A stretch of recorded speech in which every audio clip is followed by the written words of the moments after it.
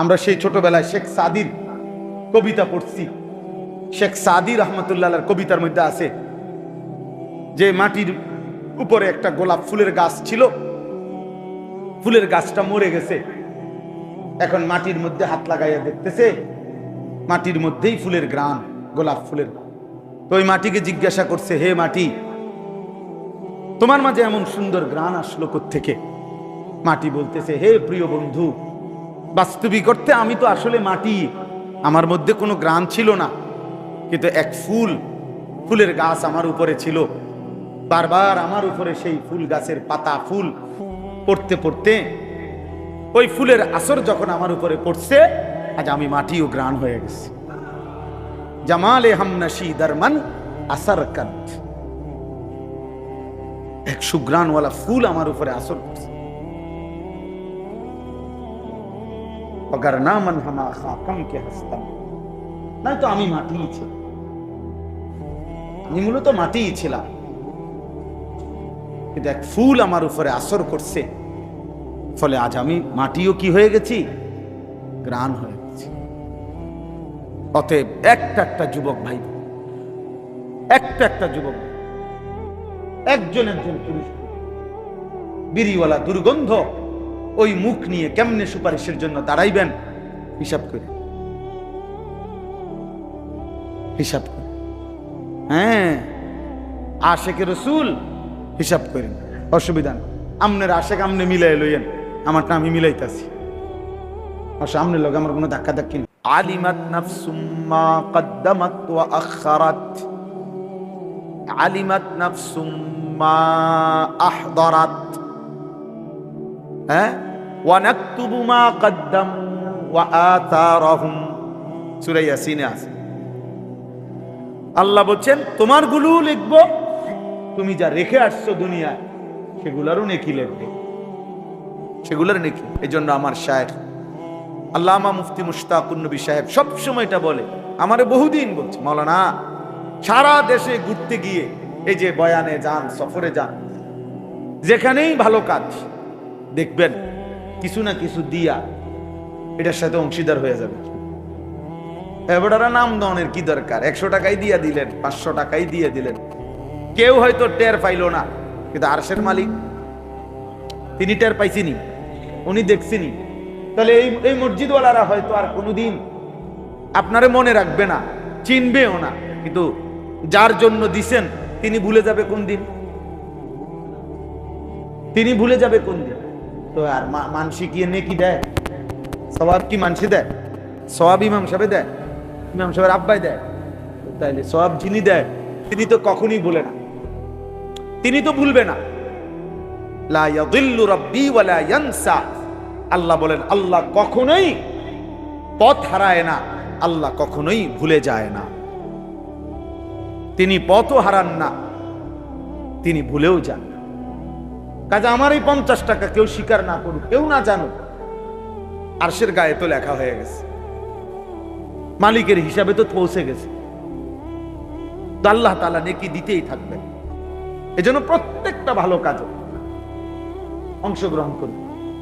এই মনে করেন এখানে মাহফিল হয়েছে, আপনি 50 টাকাই দিয়ে দিলেন, ভাই আপনাদের ফান্ডে খরচ করি, আমি আর 50 টাকা দিয়ে আর কি হইব না, অনেক কিছু হবে, অনেক কিছু হবে। লা তাহকিরান্না মিনাল মারুফে শাইআন, নবী সাল্লাল্লাহু আলাইহি সাল্লাম বলেন সামান্য নেক কাজকেও ছোট মনে করো না, ছোট মনে করো, কেননা এই সামান্যটুকুতেও কিয়ামতের দিন তোমার অনেক নেকি হবে। নবীজি উদাহরণ দিয়ে বলছে, যেমন কোন ব্যক্তি মনে করেন একটু জওয়ান, তো উনি প্রথমে এক বালতি পানি ওই চাপকল থেকে নিচে বা ট্যাপ থেকে নিয়ে পুরাইছে বালতি তার নিজের। ঠিক এই টাইমে আমার পিছনে আরেকজন বয়স্ক লোক আসছে পানি নিতে। এখন আমি খেয়াল করলাম যে উনি একজন বয়স্ক লোক, দুর্বল মানুষ। আল্লাহর নবী বলেন, তুমি যদি তোমার বালতির পানিটা তার বালতিটা পুরাইয়া দাও, তাহলে তার বালতিটা পুড়ে গেল, আর তুমি আরেক বালতি পানি নিয়ে নিলা, কারণ তুমি তো সামর্থ্যবান, তুমি আরেকবার চিপ্পা নিবা। আল্লাহ রসুল বলেন এই ছোট্ট কাজ শুধু আমার বালতির থেকে তার বালতিতে আমি পানি দিয়ে দিলাম, আল্লাহ রসুল বলে এটা তোমার আমল নামায় সাদকার সওয়াব হয়ে যায়। এ দেখতে তো সামান্য, কোন অন্ধ ব্যক্তিকে রাস্তা বলে দিলা অথবা রাস্তা পার করে দিলা, সাদাকা, আল্লাহর রাস্তায় সাদাকার সওয়াব। কুল্লু মারুফিন সাদাকা, নবীজি বলছেন প্রত্যেকটা ভালো কাজ সাদাকা। কিয়ামতের দিন যাররা, বিন্দু, ওই বিন্দুটাও তোমার আমলনামায় আসবে। ওয়ালা আসগারা মিন যালিকা ওয়ালা আকবারা ইল্লা ফি কিতাবিন মুবিন। আল্লাহ বলছে ওই যাররারও চাইতে যদি ছোট কিছু হয়, বিন্দুর চাইতেও যদি কিছু হয় ছোট সামান্য, সেটাও আসবে, তার চাইতে বড়টাও তোমার আমলনামায় আসবে।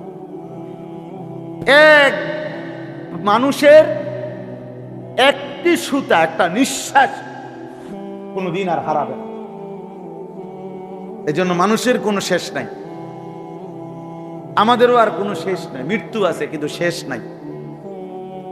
আমাদের মৃত্যু হবে, মৃত্যু মানে শেষ না, মৃত্যু মানে স্থানান্তর, মৃত্যু মানে ইন্তেকাল। ইন্তেকাল মানে এখানে ছিল এখানে রাখছি, এটারে কি কয়? স্থানান্তর।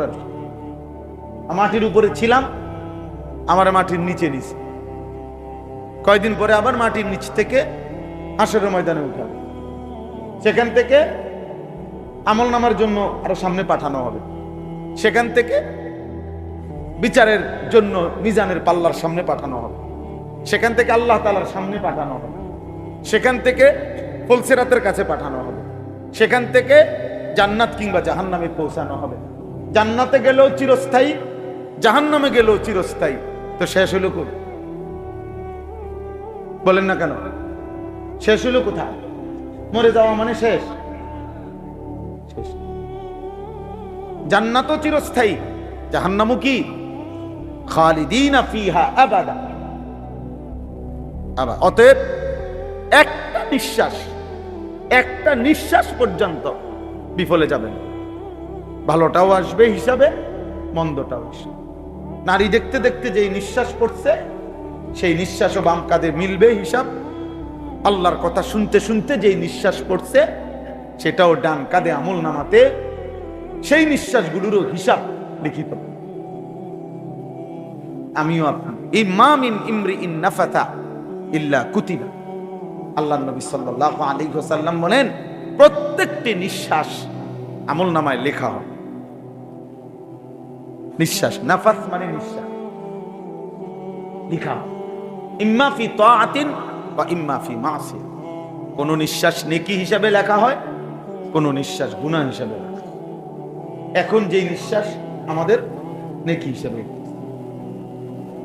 হ্যাঁ, মদের আড্ডায়, জুয়ার আড্ডায়, নাটক সিনেমার আড্ডায়, নেশার আড্ডায় নারীর ছবি দেখতেছে যেই যুবক, যেই পুরুষ, যে নারী বেহায়া বেপর্দা, তো তার প্রতি নিঃশ্বাস গুনাহ হিসাবে বাম কাঁধে। এই জন্য বাপ প্রতি মুহূর্তে এটা ফিকির করবেন ইনশাআল্লাহ যে আমার দ্বারা যেন বেশি থেকে বেশি নেকি অর্জন। তো আমি যে কথাটা বলতেছিলাম, আল্লাহর কথা মনোযোগ দিয়ে শুনলে পরিবর্তন নসিব হয়। গাফেল মানুষ আজকে 30 বছর ইমাম সাহেব জুমার নামাজে বয়ান করে, আর আমি গান নিচের দিকে দিয়া মোড়ামি দেখান, আপনি সেক্রেটারি, হ্যাঁ, আপনি সেক্রেটারি লইয়া আপনি বইয়া খায়, আপনার ক্যাশিয়ার গিরি লইয়া আপনি বসে থাকেন। হাসরের ময়দানে দেখবেন রুকুটাও হইছে না, সেজদাটাও হইছে না, বুঝেন না? হাসরের ময়দানে দেখবেন সুন্নত মোতাবেক যেভাবে নামাজ পড়তে হয়, না দাঁড়ানোর সুন্নত হইছে, না রুকুর সুন্নত, না সেজদার সুন্নত, না নিয়ত বাঁধার সুন্নত। আর আপনি যে গারমোটা ছিলেন নিচের দিকে, আর ইতান হুজুর এরকম 2-4টা হুজুর তো বেটা পকেটেই রাহি বেড়া, বুঝেন না? 2-4টা হুজুর পকেটেই রাখ। কত হুজুর আইসে গেছে, ইতান কত দেখছি বেড়া, কত হুজুর কত জাতের কথা কইছে, আমি এক জাতের আছি না, অর্থাৎ আমি অন্য বিড়িখানার উপরে আছি। আজকে 60 বছর আল্লাহর রহমতে আমার বিড়ির থেকে কেউ লড়াইতে আসছে না। এত কত বালা বালা হুজুর আইছে, হ্যাঁ আপনি কামিয়াব, আপনি বহুত বড় কামিয়াব, আপনি এই যে 60 বছরও কিস্তি নেন কামিয়াব, আপনি যে 60 বছরও কথা বললে গালি দেন যে 10 গ্রামের মানুষ পর্যন্ত সিসি করে, আপনি কামিয়াব, আপনি একটা বেড়ায়, আপনি নাফরমানির উপরে মজবুত, হারামের উপরে মজবুত, আল্লাহর অবাধ্যতার উপরে মজবুত। নাউযুবিল্লাহ। আল্লাহর নবী এর জন্য বলছে কুল্লু উম্মতি মুআফান ইল্লাল মুজাহিরিন, আমার উম্মতের সব মানুষের গুনাহ মাফ হয়ে যাবে, কিন্তু গুনাহকে যে প্রকাশ্যে করে বেড়ায়, বলে বেড়ায়, গুনার উপরে যে প্রকাশ্যে চলতে থাকে, খোদার কসম নবী বলছে তাকে আল্লাহ মাফ করবেন। বুঝেন নাই কথা? 30 বছর টাকা সুদ খাও মুসলমান তুমি, হ্যাঁ মস্কারি করো, মুসলমান প্রতিদিন সুদ খায়, মুসলমান প্রত্যেকদিন মিথ্যা বলে, মুসলমান প্রতিদিন ওজনে কম দেয়, মুসলমান প্রতিদিন গালি দেয়, মুসলমান প্রতিদিন নাচ গান দেখে, মুসলমান প্রতিদিন ফজরের নামাজ বাদ দেয়, মুসলমানের বউ প্রত্যেকদিন বেপরদা, মুসলমানের ঘরে প্রতিদিন নাচ গান চলবে। তুই কিসের মুসলমান বেটা? তুমি তো গাদ্দার, তুমি তো গাদ্দার, তুমি তো গুনাহগার না গাদ্দার। তুমি বুড়া আঙ্গুল দেখাইতেছ, আরে আপনি নিষেধ করছেন, তখন আপনার নিষেধ, নবী নিষেধ করছে, আর রাগ বেটা, রাগ বেটা, দরকার হলে জিলেপি আরো 10 কেজি বাড়াইয়ে দিমু বেটা, বিরিয়ানি আরো 2 ডেক বাড়াইয়া দে বেটা, ব্যস্ত না দরকার 12 ডেক বিরিয়ানি বেহেস্তে, 2 কাতার টাইলস দিছে মসজিদে বেহেস্ত, 4টা ফ্যান দিছে 3 ছেড়া 12,000 বেহেস্ত।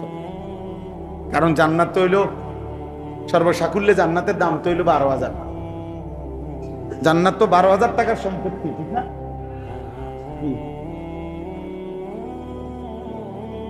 আল্লাহ হেফাজত করে। মানুষ দিয়ে আমি করবো কি?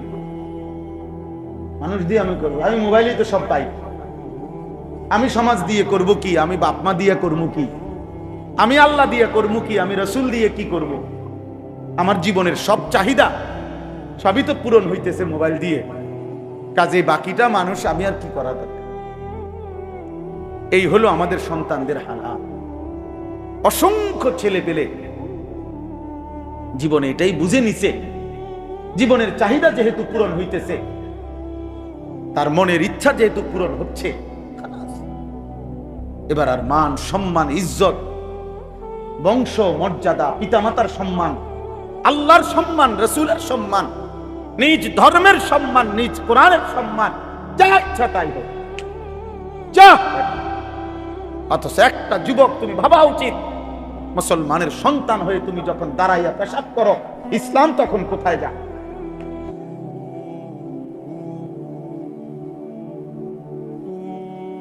ইসলামের সম্মান তখন কোথায় যায়? একটা যুবক যখন সারাদিনে 1 ওয়াক্ত নামাজ না পড়ে, তখন আমার রসুলের 23 বছরের চোখের পানি কি কদর হয়? মদিনার নবী তখন কষ্ট পায় না? প্রতি সপ্তাহেই রাসূলুল্লাহ সাল্লাল্লাহু আলাইহি সাল্লামের কাছে উম্মতের আমলনামা দেখানো হয়, শুনে তো নবীজি। কেউ দুরূদ শরীফ পড়লে আল্লাহর নবী বলছে আমার আল্লাহর পক্ষ থেকে ফেরেশতারা একটাবার নবীকে দুরূদ শরীফ পড়লে নাম ধরে ওই ব্যক্তির নাম এবং পিতার নাম সহ রাসূলুল্লাহ সাল্লাল্লাহু আলাইহি সাল্লামের সামনে আল্লাহর পক্ষ থেকে মনোনীত ফেরেশতারা রওজা পাকে পেশ করে, বিইসমিহি ওয়া ইসমি আবিহি। নবী বলেন তার নাম, তার বাবার নাম সহ, আলী আশরাফের ছেলে আনিসুর রহমান, আপনার উপরে একবার দুরূদ শরীফ।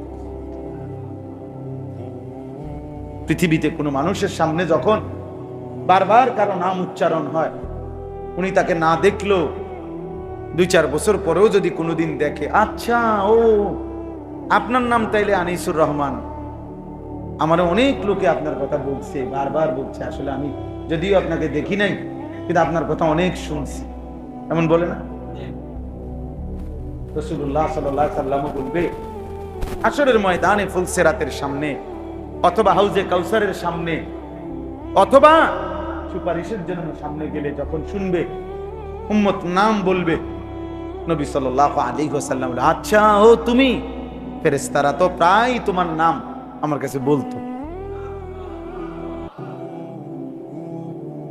ফেরেশতারা তো প্রায় দিনই আমার কাছে তোমার নাম বলতো, তুমি যে আমার উপর অনেক দুরূদ পড়ছো, তুমি আমার অনেক মনে করছো, আমি তো অনেক শুনছি তোমার নাম। তাহলে যে মুসলমান 30 বছরের ভিতরে রাসূলুল্লাহ সাল্লাল্লাহু আলাইহি ওয়াসাল্লামের সুন্নাতের খেলাফ বিরোধিতা করে গেলেন, 20 বছর ধরে দাড়ি কাটলেন, 30 বছর ধরে দাড়ি কাটলেন, আপনার নাম নবীজির সামনে কেমনে পেশ হবে? হ্যাঁ, আল্লাহ হেফাজত করে। এজন্য ভাই আমার কথা এটাই, প্রথম কথা শেষ, মনোযোগের কথা বলতেছিলাম। আন্তরিকতা থাকতে হবে। কোন আলেম, সে যে আপনার মসজিদের হুজুর হোক, সব আলেম সারা বাংলাদেশ পরিচিত হইতে হবে এটা জরুরি না। সবাই সারা বাংলাদেশ জনপ্রিয় হতে হবে এটা জরুরি। কোরআন সুন্নাহর কথা আপনার মহল্লার ইমাম, মহল্লার আলেম, উনিও যদি বলে, আপনার জিম্মাদারি মনোযোগ দিয়ে শোনা। উনি জনপ্রিয় না হোক, মানুষের কাছে জনপ্রিয়তা দিয়া হবেটা কি? 10 লক্ষ মানুষ আমারে আলগি দিলে আমার কবর রাজাব মাফ তো আর লাভ কি? তাইলে আমার লাভ বল? আমি তো নির্বাচনে আসছি না, যে এটা নির্বাচনী গণসংযোগ, আমার সমর্থন দরকার অনেক, আমি এই জন্য আসছি আমরা এখানে, তাহলে আর লাভ কি? এখানে কম হইলেই কি আর বেশি হইলেই কি? দরকার তো আল্লাহ গ্রহণ করলো কিনা, আখিরাতের মুক্তি মিলবে কিনা, পরকালের মুক্তি মিলবে কিনা, আমলনামা ডান হাতে আসবে কিনা, মিজানের পাল্লায় নেকিটা ভারী হবে কিনা, আল্লাহর মুখোমুখি হইলে রব্বে কারীম যদি প্রশ্ন করে জবাব দিতে পারবো কিনা, ফুলসিরাতটা আসানির সাথে পার হতে পারবো কিনা, চিন্তা তো হলো ওই বিষয়টা। এই পৃথিবীতে আপনি অমর হয়ে যাবেন, এই পৃথিবীতে, পৃথিবী নিজে অমর নি, সামনে অমর হবেন কেমন? বুঝেন না? এটা তো এই জেনারেল শিক্ষিতরা তো এটা কথা একটা ফালতু কথা বানায় নিছে। পৃথিবীতে তিনি অমর হয়ে থাকবেন, পৃথিবী নিজে অমর নি, তো তুমি অমর হবে কেমন? পৃথিবী চিরস্থায়ী নি, তো আপনি চিরস্থায়ী থাকবেন কেমনে পৃথিবী? এই পৃথিবী নিজেই তো থাকবে না। ইসরাফিল একদিন ফু দিলে আসমান ও জমিন, এই গোটা কায়নাত শেষ হবে কিনা বলেন? শেষ হবে না, তো তাইলে আর অমর রইল? জগতেরও যেহেতু মৃত্যু হবে, কায়নাতেরও যেহেতু আমরা কিতাবে পড়ছি স্পষ্ট, ব্যক্তির পৃথক মৃত্যুকে বলে মৌত, আর সারা আলমের একসাথে যেদিন মৃত্যু হবে সেটাকেই বলে কিয়ামত। এটাও মৃত্যুই, মৌতুল আলম, সারা আলমের যখন মৃত্যু হবে ওটারই বলে কিয়ামত। ইসরাফিল ফু দিলে সেই মৃত্যুটা গোটা সৃষ্টির একসাথে কি হয়ে যাবে? মৃত্যু, আসমান ও জমিন সহ সবকিছু। অতএব আমরা যদি প্রত্যেকে এটা ভাবি, এই ইসলাহী মজলিসগুলোর মূল ফিকির, এই ছোট মজলিসের মূল ফিকির বিশ্বাস করেন, নিজের অনুভূতি সুন্দর করা, আমার বিবেক জাগানো, আমার অনুভূতি জাগানো, ইসলাহে নফস, আত্মার সংশোধন, হৃদয়ের সংশোধন, নিজের সংশোধন, ব্যক্তির সংশোধন, আত্মশুদ্ধি, আত্মসংশোধন, এরই মাহফিলের নামই হলো ইসলাহী মাহফিল।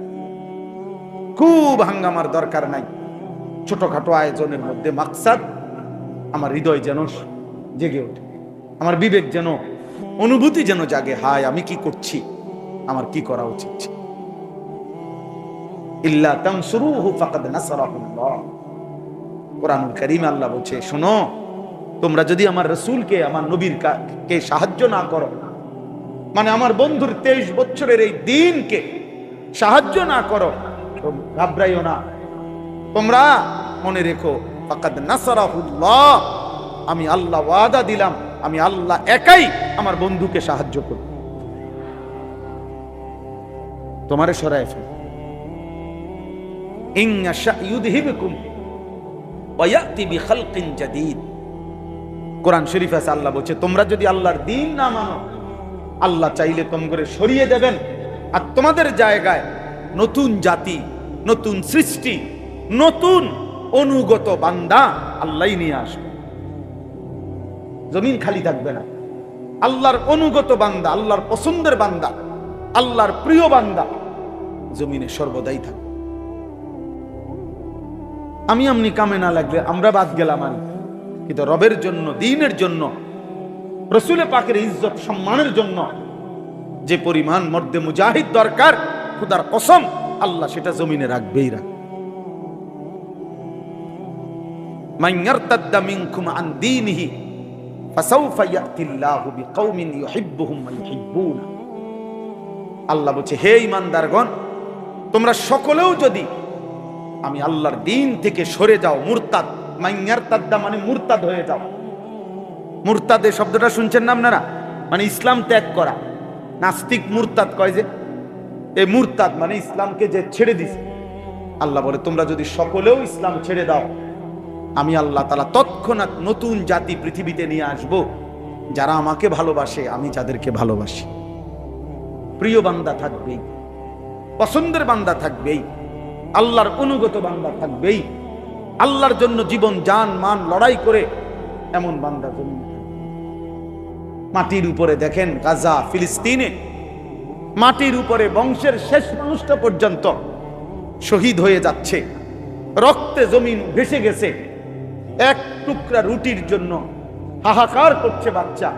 কিন্তু মাটির নিচের যে মুজাহিদরা আল্লাহর সাথে চুক্তি করছে যে জান দেব, ইসলাম ছাড়বো না, সেই মুজাহিদরা এখনো হামাসের গাজার মাটির নিচে এক সেকেন্ডের জন্য ইসরায়েলের ওই কুত্তাদের কাছে মাথা নোয়ায় নাই। এখন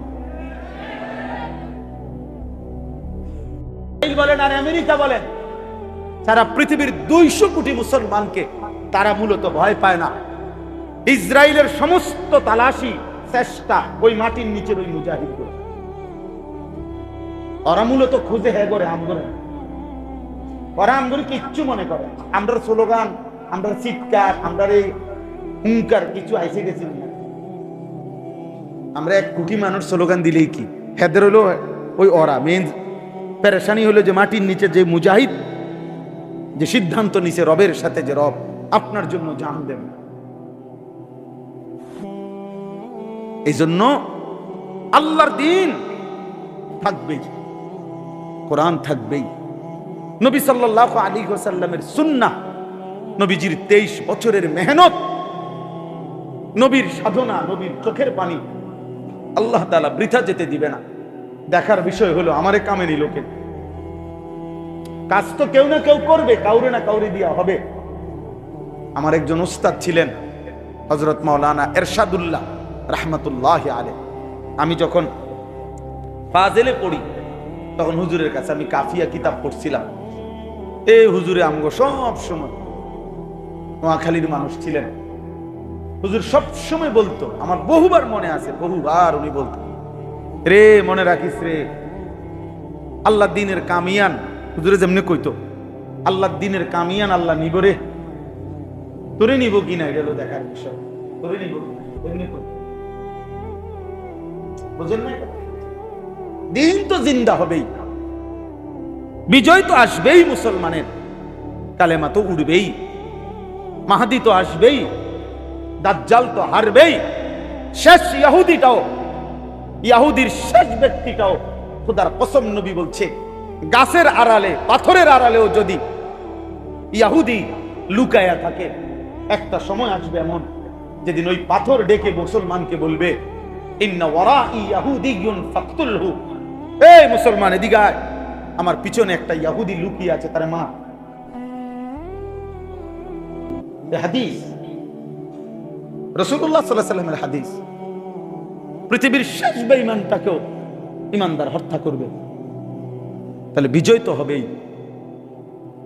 রাত ভোর তো হবেই, আলো তো ফুটবেই, ইমানের বিজয় হবেই। কিন্তু দেখার বিষয় হলো যুবক, দেখার বিষয় হলো বাপ, তোমারে নিল কিনা, নাকি তোমারে বেড়ি দেখতে দেখতে কবরে পার করে দিছে, তোমারে নারী দেখতে দেখতে, ছবি দেখতে দেখতে, উলঙ্গ দৃশ্য দিতে দেখতে দেখতে আহা তোমারে কবরে পাঠায় দিছে আল্লাহ, যা নাফরমান তোরে নিলাম। আর কিছু মানুষ আছে এবার এই সোফা ঠিক করতে করতে, খাট পালং ফার্নিচার, উনি মরার পরে 1 সপ্তাহ পরে সোফা বাইতে দিয়ে গেছে, উনি এখনো কবরে চলে গেছে, কিস্তি অনচলে, উনি মারা গেছে, ওনার সুদের টাকা এখনো বাজারে রয়ে। এই কয়দিন আগে মাস্টার সাহেব, আমার এক ঘনিষ্ঠ ইমাম সাহেব, বাজার বড় এক বাজারের ইমাম, বাজার মসজিদের, উনি আমারে বলতেছে, হুজুর আমাদের এই বাজারের, মানে বাজারের নাম ইচ্ছে করে বলতেছি না আর কি, বাজারের একজন সেরা সুদখোর, যিনি বাজারের দোকানে দোকানে সুদ দিত, সুদে টাকা লাগাইতো, উনি মারা গেছে। এখন উনি মারা যাওয়ার পরে মাসখানিক পরে ওনার বিবি ইমাম সাহেব হুজুরের কাছে আইছে যে আপনি তো বাজারের সবাই চিনেন জানেন, আপনি যদি আমার কদ্দুর সহযোগিতা করেন, আমি করে ওটা কাটতে কাটতে টাকা বাকি দিই, ইডি কদ্দুর যদি কদ্দুর লইয়া দিতে লিস্ট।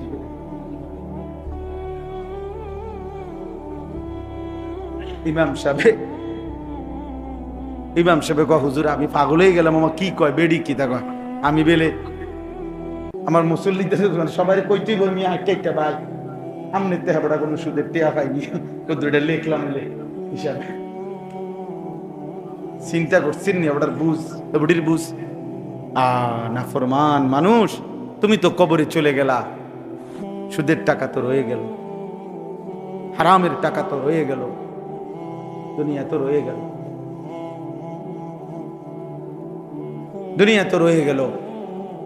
এবার কি হবে তোমার কবরে, কি হবে তোমার আখিরাত? কাল্লা সাউফা তা'লামুন সুম্মা কাল্লা সাউফা তা'লামুন। আল্লাহ বলে বান্দা আমি কবরে তোমাকে জানাবো। আবার বলছে বান্দা, আবারও বলছি আমি কিন্তু আখিরাতেও আবার জানাবো। একবার কবরে জানাবো বান্দা করেছিলে কি, উচিত ছিল কি, আবার তোমারে আখিরাতেও আমি জানিয়ে দেব করেছিলে কি, উচিত ছিল কি, সব আমি জানাবো। আল্লাহ বলেন আমি একটা একটা করে জানিয়ে দেব। তুমি তো গুনে ভুলে গেছো, আমি গুনে গুনে রেখেছি, আমি একটা একটা করে গুনেছি, এক বিন্দু বিন্দু করে গুনে রেখেছি। আল্লাহ আমাদেরকে হেফাজত করে, দয়া করে। ঘুরে ফিরে একই কথা। 10 বছর ফরদাবাদ বাজারে জুমার নামাজ পড়াইছি যখন, তখনও যেই কথা আজও একই। আরো যদি 10 বছর বলার সুযোগ হয় তো একই কথা, আখিরাত। ঘুরে ফিরে কি? ঘুরে ফিরে কবর, ঘুরে ফিরে মৃত্যু, ঘুরে ফিরে হাসরের মাঠ, ঘুরে ফিরে আমাদের বক্তব্য এটাই, পর ফেরিওয়ালা আমার মাল একটাই, আখিরাতেই ফেরিওয়ালা।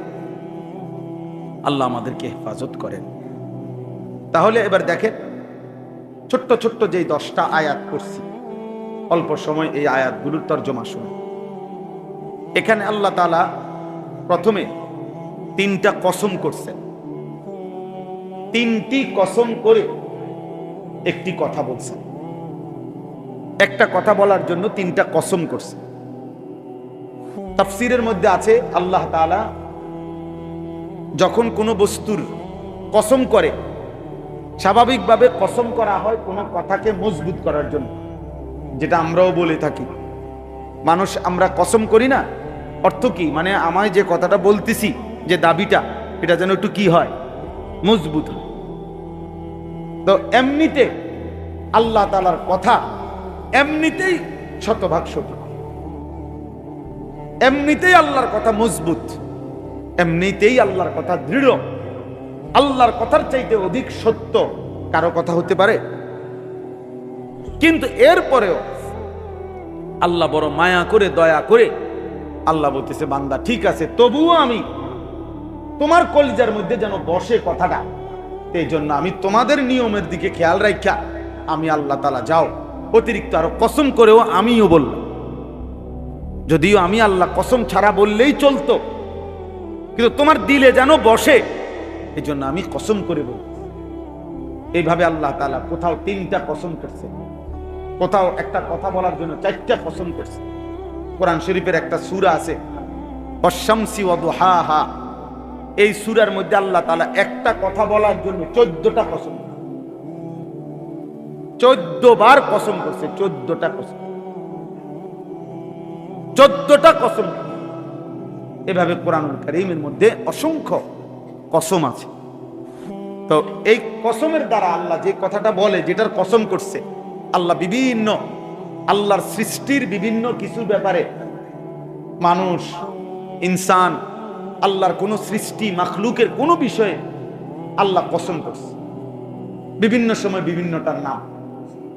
তো আল্লাহ তাআলা তাফসীরের মধ্যে লিখছে আল্লাহ যে বিষয়ের কসম করে এটার 2টা বিষয়, হয় এই বিষয়ে আগের থেকে কোনো বিশেষত্ব আছে যার কারণে আল্লাহ ওইটার কসম করছে, আর অথবা আল্লাহ কসম করার কারণে ওইটার দাম, ওইটার বিশেষত্ব, মর্যাদা বেড়ে গেছে। বুঝাইতে পারলাম নি কথা?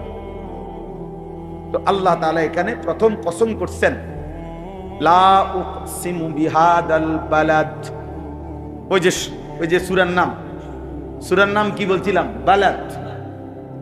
তো এই সূরার আল্লাহ বলেন, আমি আল্লাহ নবীজিকে বলতেছে, বন্ধু আমি কসম করছি এই মক্কা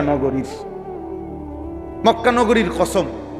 এখানে এই বালাদ বলতে শহর, নগর বলতে মক্কা নগরীকে বোঝানো হয়েছে। হাদাল বালাদ, এই মক্কা নগরীর কসম করছি। কোন নগরীর কসম? এখন প্রশ্ন হলো, নবীজি যেন মহব্বত করে, আমাদের নবী যেন আল্লাহকে জিজ্ঞেস করছে, মাওলা মক্কা নগরীর কসম করলেন কেন? বুঝেন নাই কথা? আল্লাহ তাআলা যে উত্তরটা দিছে এটা বহুতই মহব্বতের উত্তর, বহুত ভালোবাসার উত্তর।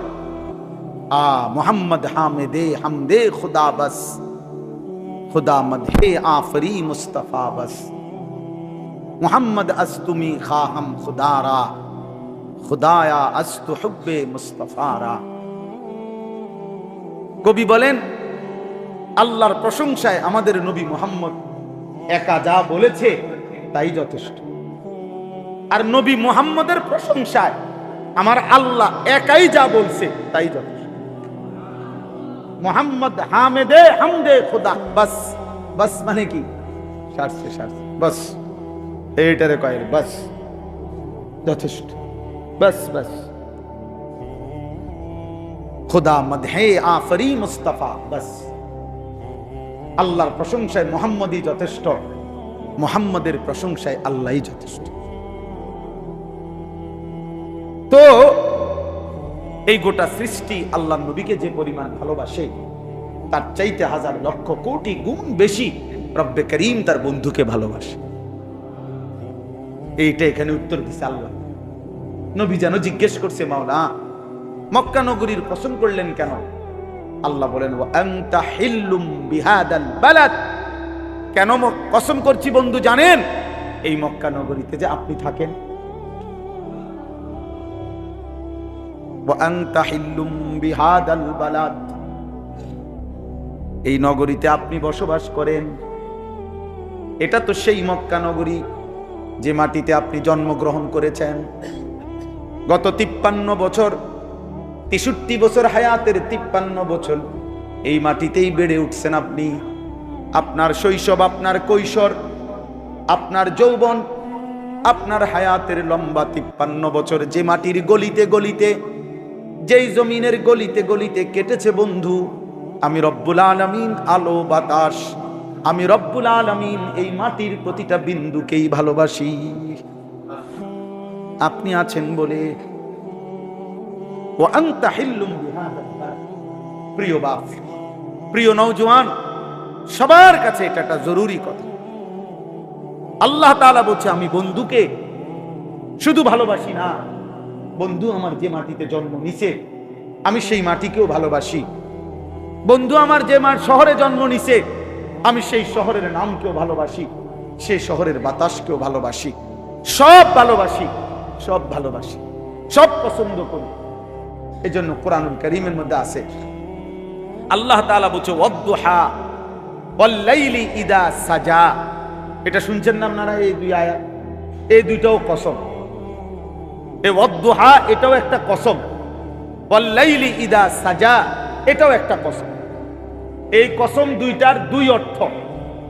একটা অর্থ শুধু আমি বলতেছি, ওয়াদ্দুহা শব্দের একটা অর্থ হলো আল্লাহ তাআলা বলছেন বন্ধু আপনার ওই পবিত্র আলোকোজ্জ্বল যেই চেহারা মোবারক আমি আল্লাহ ওই সুন্দর হাস্যোজ্জ্বল আলোকোজ্জ্বল ওই নূরানি পবিত্র চেহারার কসম করছি।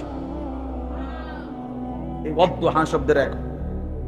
আর ওয়াল্লাইলি ইদা সাজা এই দ্বিতীয় অংশটার অর্থ হইল অন্ধকার অমাবস্যার কালো রাত যেরকম একদম কালো, আপনার এই সুন্দর চেহারার সাথে আপনার পবিত্র মাথা মুবারকের মধ্যে যে ঘন কালো চুল এটাও বড় সুন্দর, বড় আকর্ষণীয়।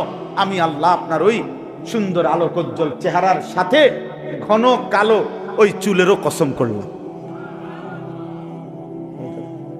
ওয়াল্লাইলি ইদা সাজা। এজন্য বন্ধু নবী সাল্লাল্লাহু আলাইহি ওয়াসাল্লামের সরাসরি চেহারা মুবারকের কসম আল্লাহ করেছে। সেই চেহারা মালিকের কতটা প্রিয় বলেন না কেন? নবীজির পবিত্র কালো চুলের কসম কে করেছে? তো সেই চুল আল্লাহর কতটা প্রিয়। এবার আপনারা ইনসাফ করে বলেন নবীজির ওই চেহারা মুবারক কসম আল্লাহর, যে চেহারা আল্লাহ ভালোবাসে, যে চেহারা আল্লাহর বড় পছন্দের, খোদার কসম সেই চেহারা তো ছিল দাড়িওয়ালা চেহারা। সেই চেহারা তো দাড়িওয়ালা চেহারা। রব যে চেহারার কসম করছে, রব যে চেহারা ভালোবাসছে, তো সেই চেহারা তো দাড়িওয়ালা চেহারা। অতএব দাড়িবিহীন ওই চেহারা দিয়ে রবের সামনেই দাঁড়াবেন কেমনে? মদিনার রসুলের সামনেই দাঁড়াবেন বলে কেমনে দাঁড়াবেন? আপনাদের বিবেক দিয়ে আপনি ভাই।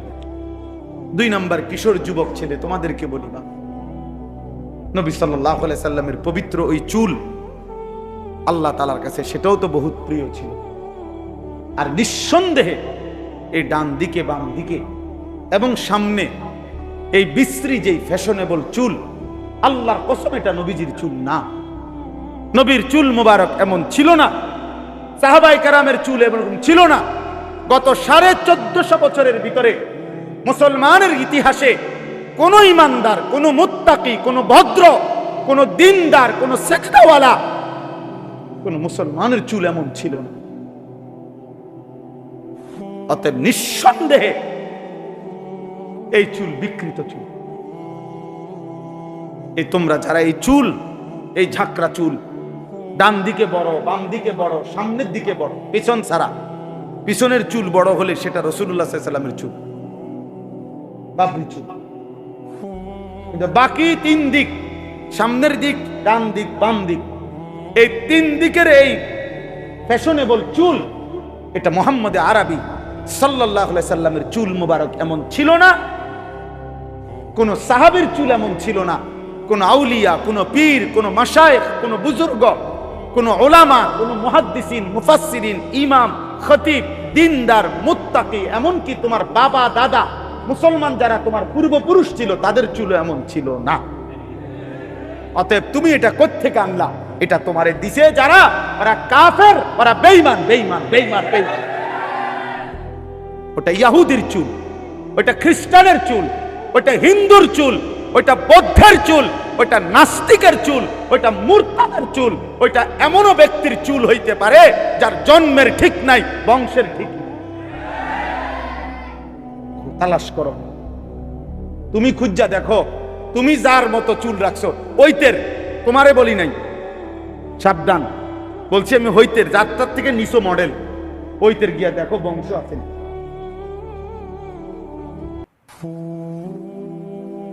আর এটা নিয়ম। এই পৃথিবীতে কোন মাটিতে যদি পায়খানা লাগে ওই মাটির মধ্যে দুর্গন্ধ, কোন মাটিতে যদি ফুল লাগে ওই মাটিতে সুঘ্রাণ। অতএব আসহবত যে যাকে অনুসরণ করে, যে যার মধ্যে প্রভাব বিস্তার করে, তার আসর, তার প্রতিক্রিয়া তার মধ্যে হবেই হবে, এটা কোনো সন্দেহ, এতে কোনো সন্দেহ নেই। এটা একবার পরীক্ষিত পৃথিবীতে। আমরা সেই ছোটবেলায় শেখ সাদির কবিতা পড়ছি। শেখ সাদি রহমতুল্লাহর কবিতার মধ্যে আছে যে মাটির উপরে একটা গোলাপ ফুলের গাছ ছিল, ফুলের গাছটা মরে গেছে, এখন মাটির মধ্যে হাত লাগাইয়া দেখতেছে মাটির মধ্যেই ফুলের গ্রাম, গোলাপ ফুলের। তো ওই মাটিকে জিজ্ঞাসা করছে, হে মাটি, তোমার মাঝে এমন সুন্দর গ্রাণ আসলো কোত্থেকে? মাটি বলতেছে, হে প্রিয় বন্ধু, বাস্তবিক অর্থে আমি তো আসলে মাটি, আমার মধ্যে কোনো গ্রাণ ছিল না, কিন্তু এক ফুলের গাছ আমার উপরে ছিল, বারবার আমার উপরে সেই ফুল গাছের পাতা ফুল পড়তে পড়তে ওই ফুলের আসর যখন আমার উপরে পড়ছে, আজ আমি মাটিও গ্রাণ হয়ে গেছি। জামালে হামনাশি দরমান আসর কাদ, এক সুগ্রাণওয়ালা ফুল আমার উপরে আসর করছে। অগার নামান হামা খাকাম কে হাসতাম, নাই তো আমি মাটিই ছিলাম, আমি মূলত মাটিই ছিলাম, কিন্তু এক ফুল আমার উপরে আসর করছে, ফলে আজ আমি মাটিও কি হয়ে গেছি, গ্রাণ হয়ে গেছি। অতএব একটা যুবক ভাই, একটা যুবক, একজন পুরুষ বিড়িওয়ালা দুর্গন্ধ ওই মুখ নিয়ে কেমনে সুপারিশের জন্য দাঁড়াইবেন? হিসাব করে, হিসাব করে। হ্যাঁ, আশেকে রসুল হিসাব করেন, অসুবিধা নেই। আমনের আশেক আমনে মিলাই লইয়েন, আমারটা আমি মিলাইতেছি, আমনের লগে আমার কোনো ধাক্কা ধাক্কি নেই, তাই না? আমনের এসকো আমনে মিলাইয়েন, আমারটা আমি মিলাইতেছি। আশ্চর্য হবেন আশেক কাকে বলে, ইশক কাকে বলে। পৃথিবীর সমস্ত কিতাবে আছে আরবি, এটা একটা আরবি শব্দ। ইশক এটা আরবি শব্দ কিনা? আশেক আরবি শব্দ। ইশক বলা হয় তাজাউজু হাদ্দিল মাহাব্বা, অভিধানের কথা, ডিকশনারির কথা, আরবি অর্থ হলো ভালোবাসার সীমা অতিক্রম। অর্থাৎ সে ওইটা এত পরিমাণ ভালোবাসে যে ভালোবাসার সীমা কি করে ফেলছে, তাহলে আশেক তো হইল এমন যার একটা নিঃশ্বাসের মধ্যে পর্যন্ত রাসূলের বিরোধিতা নাই, পরে না বলবে আশেক নেই। আমি হব কে? আমনে আমি কোন দিন হব? পাত্তা আসেনি আমগো, বুঝেন নাই কথাটা? কথা তো ছিল এমন প্রেমিক হবে, এমন প্রেমিক হবে। আমরা কিতাবে পড়ছি যে উত্তম আখলাক, যদি উত্তম আখলাককে বলা হয় তুমি মানুষের আকৃতি ধারণ করো, মানে এটা কল্পনার কথা, কাল্পনিক কথা, যে উত্তম চরিত্র, ওইটাকে বলা হয়েছে যে উত্তম চরিত্র কেরকম, মানে কোন বিষয়ে কেরকম তুমি পছন্দ করো, কেরকম হইলে কয় উত্তম চরিত্র, সর্বোত্তম। এটা তুমি একটা আকৃতি ধারণ করো, একটা মানুষের সুরত ধরো। তো কিতাবের মধ্যে লিখছে মানুষের যেই সুরতটা, আকৃতিটা ধরবে, দেখা যাবে যাকে, যেই মানুষটাকে যে উত্তম চরিত্রের আকৃতি ধারণ করছে, খোদার কসম তিনি মুহাম্মদুর রাসূলুল্লাহ সাল্লাল্লাহু আলাইহি ওয়াসাল্লাম। যদি বলেন বিনয় সর্বোত্তম কতটুকু হওয়া দরকার, সেটা রাসূলের মধ্যে যেটুকু অতটুকু। সবর ধৈর্য সর্বোচ্চ কতটুকু হওয়া দরকার, যদি বলেন সেটা কেউ দেখতে চায় তো মুহাম্মদে আরবিটাই দেখ। যদি বলেন হাসি, যদি বলেন কান্না, যদি বলেন ভদ্রতা, যদি বলেন আখলাক, একটা গুণ যদি কেউ বলে যে এই গুণটা সবচেয়ে সুন্দর, সবচেয়ে বেশি পূর্ণাঙ্গ, কেমন হইলে সুন্দর হয়? খোদার কসম প্রত্যেকটার উত্তরেই আসবে মুহাম্মদ আরবি যেমন তেমন। আমি আর লম্বা বাড়াবো না, আমার কথা এটাই। আপনি বলেন আজকে আমরা রাসূলুল্লাহ সাল্লাল্লাহু আলাইহি সাল্লামের ভালোবাসাকে সংকুচিত করে দিয়েছি, আমরা সংকুচিত করে ফেলছি। আমরা 2-4 ডেকসি খিচুড়িকে নবীর ভালোবাসা সিদ্ধান্ত দিয়ে দিছি। আমরা 2-4 কেজি জিলাফিকে নবীজির ভালোবাসা দিয়ে দিছি। নবীর ভালোবাসা, মুখে বিড়ি, উনি নবীকে ভালোবাসে। চেহারায় দাড়ি নাই, উনি নবীকে ভালোবাসে। 30 বছর ধরে প্রত্যেক দিন ওজনে কম দেয়, উনি নবীরে ভালোবাসে। উনি কথায় কথায় গালি দেয়, উনি নবীরে ভালোবাসে। ওনার বিবি আজকে 20 বছর কোনোদিন পর্দা করে না, উনি নবীরে ভালোবাসে।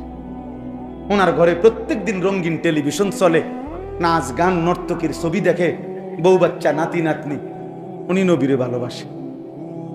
উনি প্রতিদিন ওজনে কম দেয়, উনি নবীরে ভালোবাসে। আচ্ছা, এটার নামই যদি হয় আশিকে রাসূল, এর নাম যদি হয় ভালোবাসা, তো ঠিক আছে, চলেন, অসুবিধা নাই, অসুবিধা নাই। হাসরের ময়দানেই কথা হবে, কথা বোঝেন নাই? হাসরের ময়দানেই ফয়সালা হবে কার মা আছে কার মা নাই। হাসরের ময়দানেই দেখবেন কয় দিনে মাস যায়, 24 দিনে না 30 দিনে, তখনই টের পাবেন। আল্লাহ আমাদেরকে হেফাজত করেন, আল্লাহ আমাদেরকে বুঝ দান করেন। অতএব আমার বাপ রাসূলুল্লাহ সাল্লাল্লাহু আলাইহি ওয়াসাল্লামের সবকিছুকে আল্লাহ তাআলা পছন্দ করতেন। অতএব নবীজির সুন্নাত, নবীজির আখলাক, নবীজির সিরাত, নবীজির সুরাত, নবীজির সুন্নাত, নবীজির কদম কদম অনুসরণ করা, এটাই আমাদের ভালোবাসা, এটাই আমাদের জীবন, এটাই আমাদের দায়িত্ব, এটাই আমাদের কর্তব্য। এর মধ্যেই আমাদের আখিরাতের মুক্তি। আল্লাহ আমাদেরকে তৌফিক দান করেন। আল্লাহ তাআলা বলেন, বাকিটা শুধু আর কোনো ব্যাখ্যা নাই। আল্লাহ বলেন, আমি কসম করছি আদমের, কসম করছি আদমের সন্তানদের। এই 3টা কসম, মক্কা নগরীর কসম, আদম আলাইহিস সালামের কসম, আদমের সন্তানদের কসম। এই 3টা কসম করে আল্লাহ বলে, লাকাদ খালাকনাল ইনসানা ফি কাবাদ। শোনো, একটার পর একটা কষ্টের ধাপ অতিক্রম করে আমি মানুষকে বানিয়েছি। মনে করো বান্দা, আল্লাহ যেন আমারে বলে, আপনারে বলে, মাস্টার মনে করো তো তুমি ছিলা মাটি, সেখান থেকে আমি আল্লাহ তাআলা নির্দিষ্ট খাবার বানিয়ে তোমার বাবার লোকমা হিসাবে খাওয়াইছি। এরপরে তোমার বাবার বীর্যের একটা ফোঁটা তৈরি করছি। একদিন স্বামী স্ত্রীর মিলনের মাধ্যমে বাবার বীর্য থেকে মায়ের জরায়ুতে সেই বীর্যের ফোঁটাটা পৌঁছাইছি।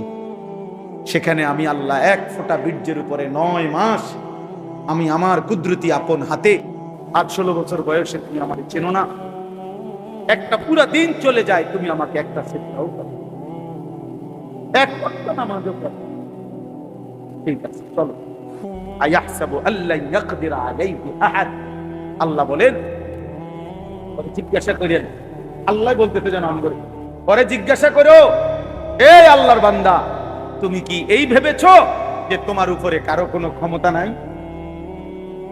মাতবুরি যে করো রে, অহংকার যে করো রে, আল্লাহর নাফরমানি যে করছো, কি মনে করছো তোমার উপরে কারো কোনো ক্ষমতা নাই না? কি উত্তর দেন, কথা বলেন না কেন? এই ছেলেরা বলো না বাপ, আইলে কি মনে করছো? কেন নামাজ পড়ো না? কেন সেজদা দাও? কেন হারাম খাচ্ছেন? কেন সারা রাত উলঙ্গ ছবি দেখো বাপ? নারী দেখো কেন?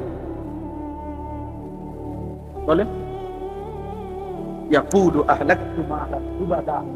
আল্লাহ বলে, নাফরমান বলে, দুনিয়া বেঁচে থাকার জন্য, দুনিয়ার নিরাপত্তার জন্য আমি অনেক টাকা খরচ করি, অনেক অনেক টাকা। হুজুর, একটা গেটটাই লাগাইছি 3 লাখ টাকা দিয়া, দোয়া করেন, SS পাইপ দিয়ে, এমন মজবুত গেট, আমরা 10 গ্রামে যদি আশা করি আরেকটা পাইতেন না। এমন বাউন্ডারি ওয়ালটা দিছি একদম 1 নম্বর ইট দিয়ে, পুরাটা বাড়ির চারিদিকে সিসি ক্যামেরা লাগাইছি, আজরাইল আসবে কি খামখেয়ালি কথা? আজরাইল কেমন? সিসি ক্যামেরা আছে না? আশ্চর্য, আজরাইল কিভাবে আসবে? আজরাইল তো গেট দেখেই ডরাইবে। 3 লাখ টাকার গেট, এটা কি 30,000 টাকার গেট? ঠেললে ঢুকে লাইবে আজরাইল। তো গেটে তো 3 লাখ, এক একটা খাটে তো গেছে আমার 1-1.5 লাখ টাকা করে। আজরাইল আমার এত বড় খাটের থেকে কেন না?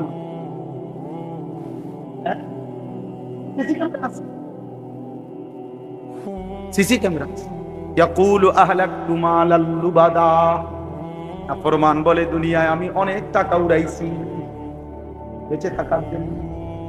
আয়াহসাবু আল্লাম ইয়ারাহু আহাদ, আল্লাহ বলে পরে জিজ্ঞেস করে দেখো সে কি এই ভেবেছে তাকে কেউ দেখে না? কি ভাবছেন? এই দুইটাই মেইন কথা এই সূরা।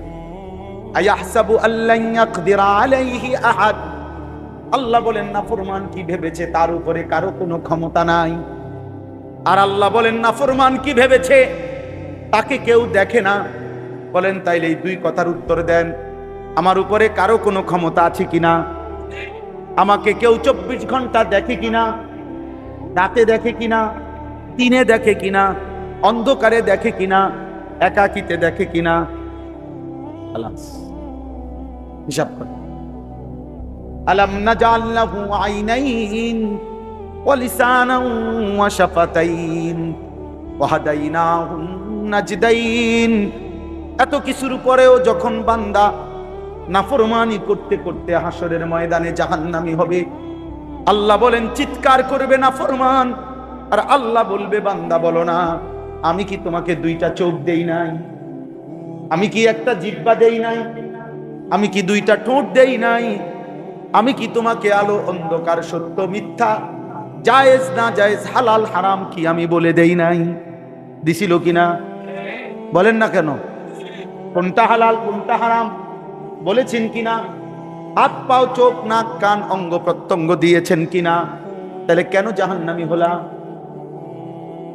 কেন পথ হারাইলা? কেন ভুল করলা? অতএব হিসাব, প্রত্যেকেই হিসাব লাগা। হাসলেও মরে যাবেন, কাঁদলেও মরে যাবেন। আখিরাতের ফিকির করেন, কবরের ফিকির করেন। আল্লাহ তাআলা আমাদেরকে তৌফিক দান করেন।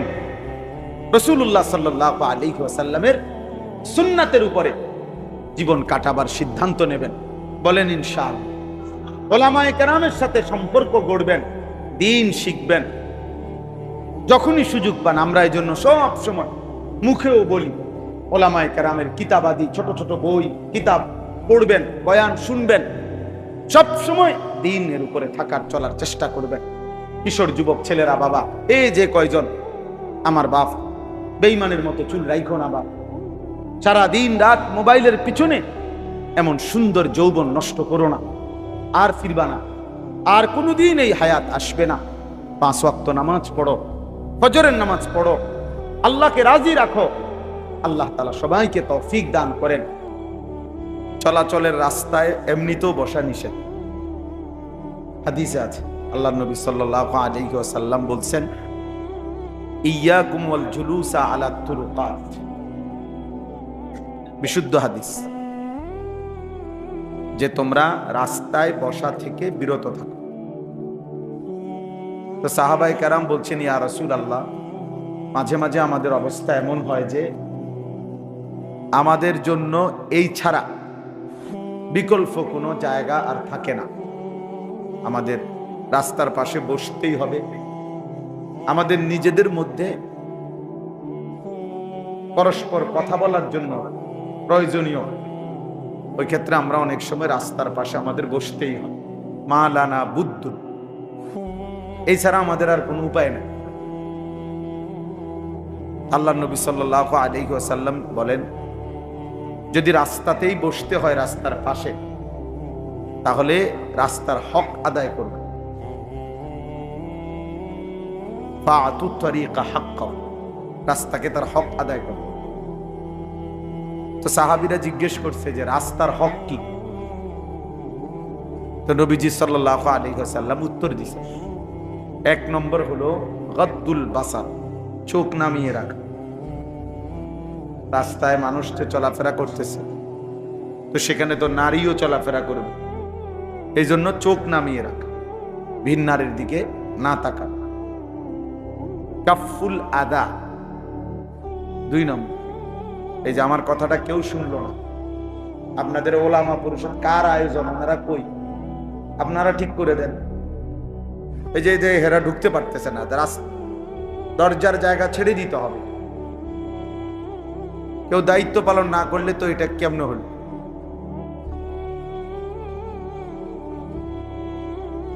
এরপরে দেখেন 2 নম্বর হলো নবীজি বললেন কাফুল, আপনি বসেন, আপনি ওরে চাচা আপনি বসেন, আপনি বুঝতেন পারতেন, মুরব্বী মানুষ আপনি। কাফুল আদা। দ্বিতীয় হলো কষ্টদায়ক জিনিস সরিয়ে দেওয়া। রাস্তার মধ্যে বাদামের সিল্কা, কলার সিল্কা, আলপিন, এই জাতীয় যে কোনো কষ্টদায়ক জিনিস সরিয়ে দেওয়া। 3 নাম্বার হলো রদ্দুস সালাম, কেউ সালাম দিলে জবাব দেওয়া। 3 নাম্বার হলো আমরুন বিল মারুফ, একে অপরকে নেক কাজের আদেশ করা। 2 নাম্বার হলো ওয়া নাহিউন আনিল মুনকার, গুনাহের কাজ থেকে নিষেধ। এইগুলো হলো রাস্তার হক। অর্থাৎ যদি বসতেই হয় এই 5টি জিনিসের দিকে নজর রাখবে। তো যাই হোক, আমার বলার উদ্দেশ্য ছিল এইটা, মানুষের চলাচলের রাস্তায় বসতে নাই, একান্ত অপারগ হলে সেটা ভিন্ন। কোরআনুল কারীমের 30 নম্বর পারা, 90 নম্বর সূরা, এই সূরাটার নাম হচ্ছে সূরায়ে বালাদ। বালাদ শব্দের অর্থ শহর, নগরী, এলাকা আর কি, মহল্লা। এই সূরাটা আমি 10টা আয়াত, ছোট্ট ছোট্ট আয়াত আপনাদের সামনে এই মাত্র তেলাওয়াত করছি। পুরা সূরার মধ্যে মোট 20টা আয়াত, এর অর্ধেক পড়ছি, 10 আয়াত, ছোট্ট ছোট্ট আয়াত, সূরাটাই ছোট। এই 10টা আয়াতের তর্জমা এবং তার সাথে সংক্ষিপ্ত সামান্য কিছু কথা আমরা আরজ করতে চাই। আল্লাহ তাআলা আমাদেরকে তৌফিক দান। মনোযোগের জন্য এই হাতে ধরা যতগুলো মোবাইল, এগুলো বন্ধ করে ফেলতে। এই মোবাইল হাতে ধরে ভিডিও বা রেকর্ড করা নিষেধ আমার পক্ষে। এই জন্য একজনও আর মোবাইল হাতে ধরে ভিডিও বা রেকর্ড করা যাবে না, এটা ওর নামা। এরপরে ভালো না লাগলে আপনি চলে গেলে ভালো, আর নয়তো আমি আপনার উঠাই দেব সসম্মান। এই জন্য দয়া করে আর এটা করা যাবে। এমনি শুনে, চেহারার দিকে তাকাইয়া মনোযোগ দিয়ে শুনে, গুরুত্ব দিলেও অল্প কতক্ষণ, গুরুত্ব না দিলেও অল্প কতক্ষণ, মনোযোগ দিলেও সামান্য একটু সময়, মনোযোগ না দিলেও সামান্য একটু। কাজে এটুকু সময় যদি আমরা আন্তরিকতা নিয়ে আল্লাহর কথা শুনি, বরকত হবে। কোরআনুল কারীমের থেকে উপকৃত হওয়ার জন্য এই 2 জিনিস বাধ্যতামূলক, ইস্তিমা, ইনসাত। আল্লাহ তাআলা একটা বাধ্যতামূলক বলছে, 2টা জিনিস তোমাকে করতেই হবে। 1 নাম্বার হলো ফাসতামিউ, মনোযোগ দিয়ে শোনো। আরেকটা হলো ওয়া আনসিতু, চুপ থাকো। কোরআন শরীফের আদেশ। আল্লাহ বলছে এই 2টা জিনিস যদি তুমি ঠিক করো, তুমি মনোযোগ দিবা, চুপ থাকবা, আমি আল্লাহ তোমার উপরে রহমত বর্ষণ, লাআল্লাকুম তুরহামুন, অবশ্যই তোমাদের উপরে রহমত বর্ষিত। এই 2 শর্তের ভিত্তিতে তুমি এই 2টা বুঝাই দিবা, যে মানে তুমি মনোযোগ দিয়ে শুনছো এবং চুপ থেকে শুনছো, আমি আল্লাহ তাআলা ওয়াদা দিলাম আমি তোমার উপরে রহমত বর্ষণ। এখন প্রশ্ন হলো, রহমত বর্ষণ করবে মানে কি? রহমত বলতে কি দিবে? এখানে আগের চাইতে ভাত বেশি খাইতে পারবে, ঠিক না? আগের থেকে ঘুম যেতে পারবে, এইটা না। তাফসীরের মধ্যে লিখছে, অর্থাৎ আল্লাহ তাআলা বলেন আমি তোমাকে রহমত বর্ষণ করব, মানে আমার এই কোরআনের কথা অনুপাতে আমল করার তৌফিক দান করব।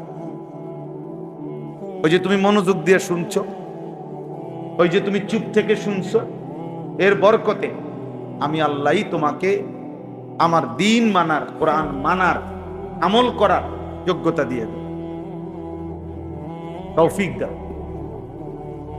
হাদিসের মধ্যে আছে, নবী সাল্লাল্লাহু আলাইহি ওয়াসাল্লাম বলছেন, আল্লাহ তাআলা যার কল্যাণ চায়, আল্লাহ যার নিজে, আল্লাহ যার খায়ের কল্যাণ চায়, আল্লাহ যার ভালো চায়, আল্লাহ যাকে ভালো করতে চায়, জান্নাত দিতে চায়, তো ইউয়াফিকুহু লিআমালিন সালিহিন ক্বাবলাল মাউত।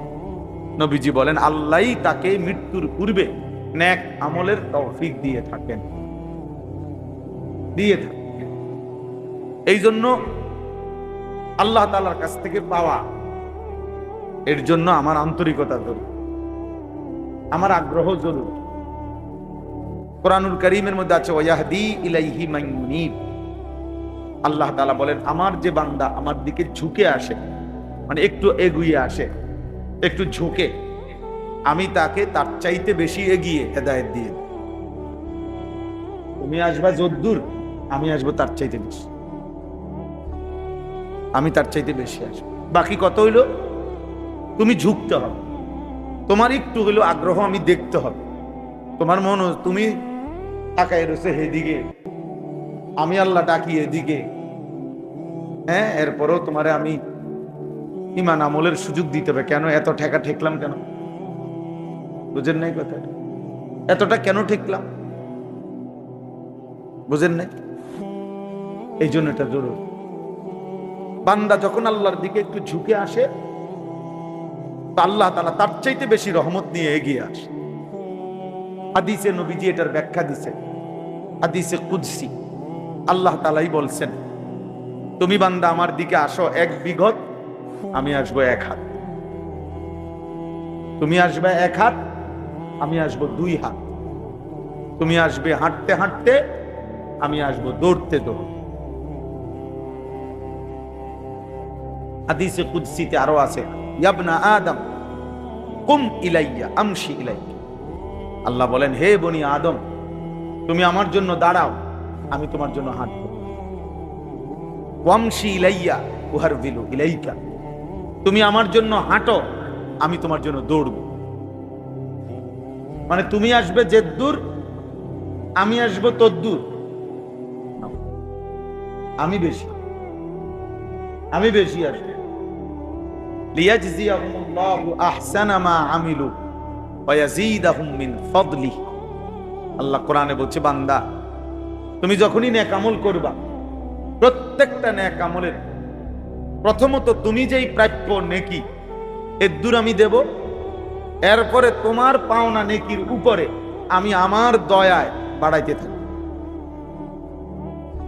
1 এ 10 মনে করেন কোরআন শরীফের একটি অক্ষর পড়লে নবীজি বলছে 1 এ কত, এইটা তোমার পাওনা, তুমি পাইছো।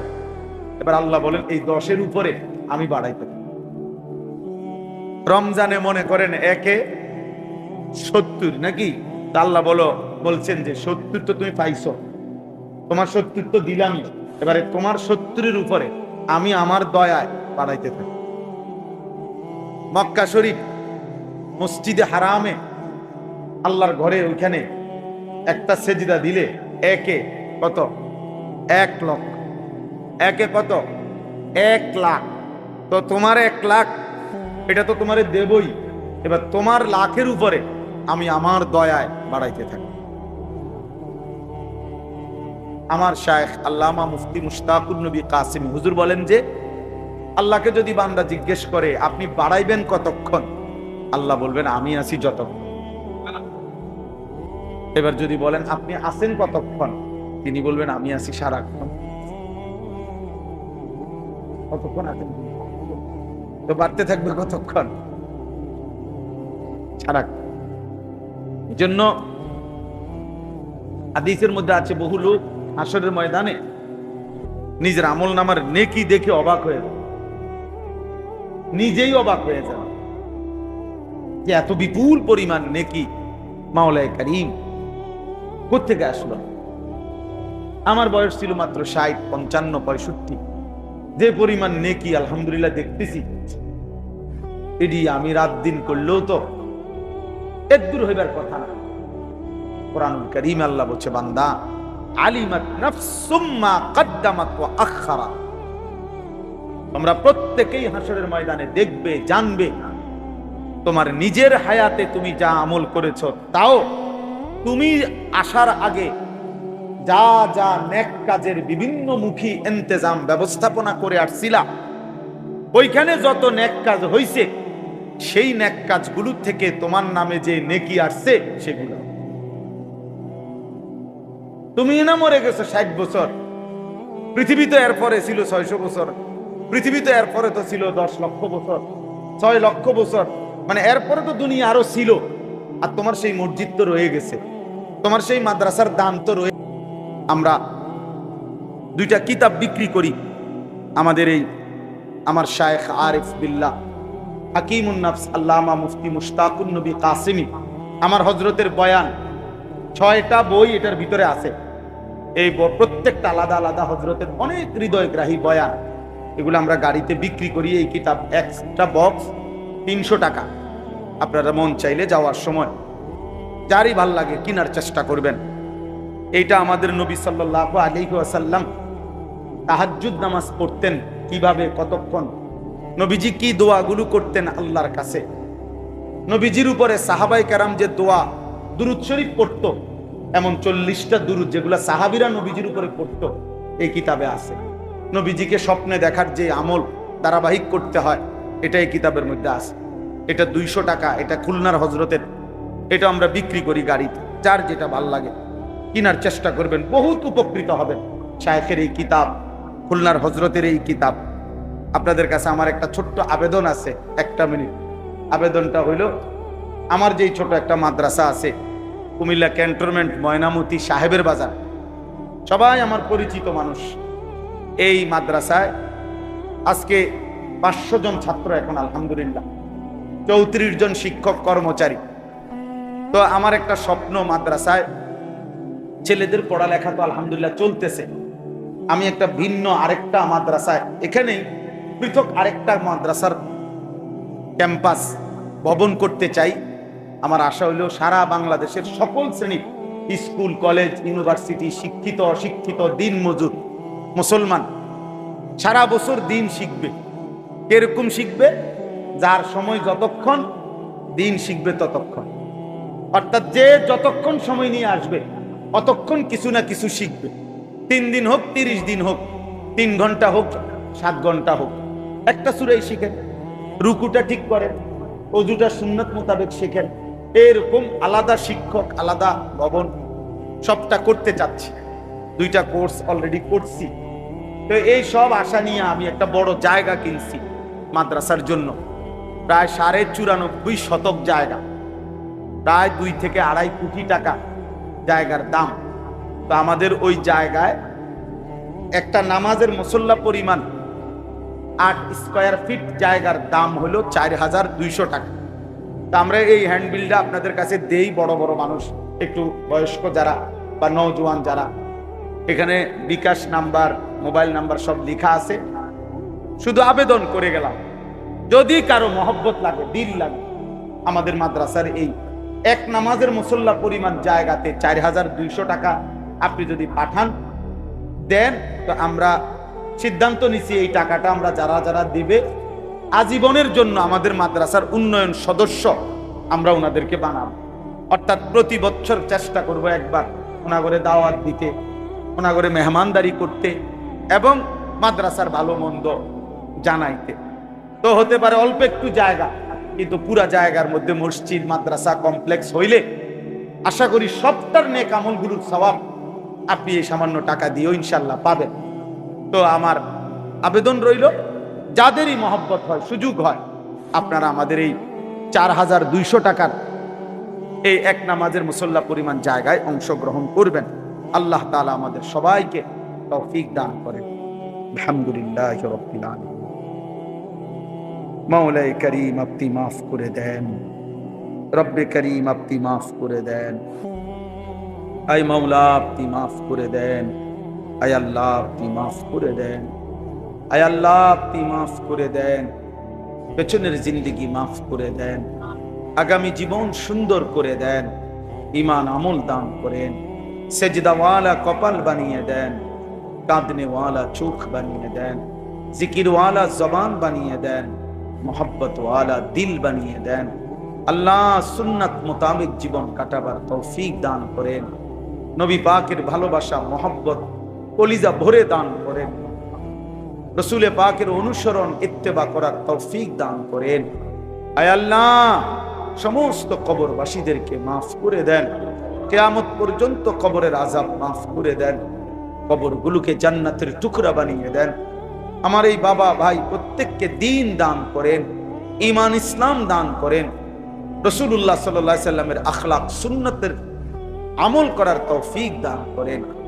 আয় আল্লাহ এই ফরদাবাদ ওলামা পরিষদের আজকের এই আয়োজনে আপনি ভরপুর বরকত দান করেন, আপনি ভরপুর বরকত দান করেন। যাদের ভালোবাসা সহযোগিতায় আল্লাহ এই মজলিস কায়েম হয়েছে প্রত্যেককে উত্তম বিনিময় দান করেন। অসুস্থ বিমারি যারা শিফা করে দেন, কামাই রুজিতে হালাল বরকত দান করেন। আল্লাহ এই মসজিদ খানা কবুল করে নেন। এই মসজিদের ইমাম, খতিব, মুয়াজ্জিন, কমিটি, মুসল্লি, জনগণ সকলকে মাফ করে দেন। আল্লাহ সকলকে কবুল আর মঞ্জুর করে দেন। আয় আল্লাহ এই গ্রামের সাথে বছরের পর বছর আমার সম্পর্ক মাওলা, শুধু আপনার ভালোবাসাতেই এই সম্পর্ক মাওলা।